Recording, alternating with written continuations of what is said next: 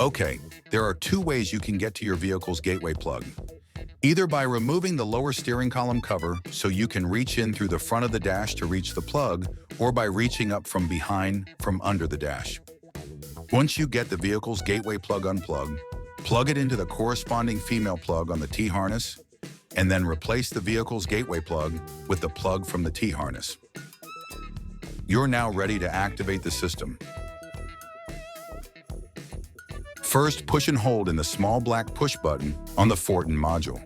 While still holding in the button, plug in just the harness's small black 4-pin plug. The LEDs on the module will begin flashing. Now keep watching the LEDs and release the button at the same time when just the blue LED lights up. Now you can plug in the one remaining connector from the T-harness into the module. The module is now activated and ready to be programmed to your vehicle. System-to-vehicle programming. You're going to need one key fob within operating distance of the vehicle. Okay, make sure not to step on the vehicle's brake pedal during the programming procedure. Now press and release your vehicle's push-to-start button one time to just turn the ignition on. Do not start the vehicle. Now look at the LEDs on the module. Just the blue LED will be flashing rapidly. When you see this, press and release the push-to-start button again to turn the ignition off. The blue LED will also turn off.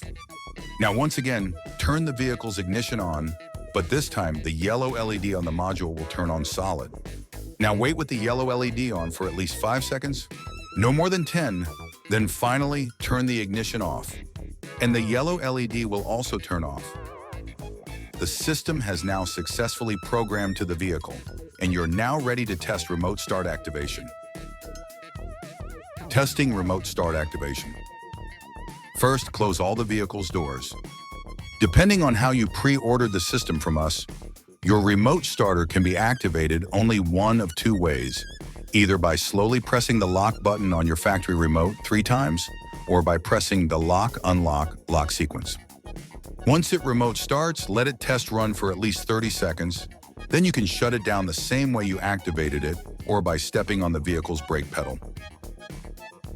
All right, you're all set. Button it up, stay warm or cool down, and enjoy the luxuries of having a remote starter installed on your vehicle that you did yourself.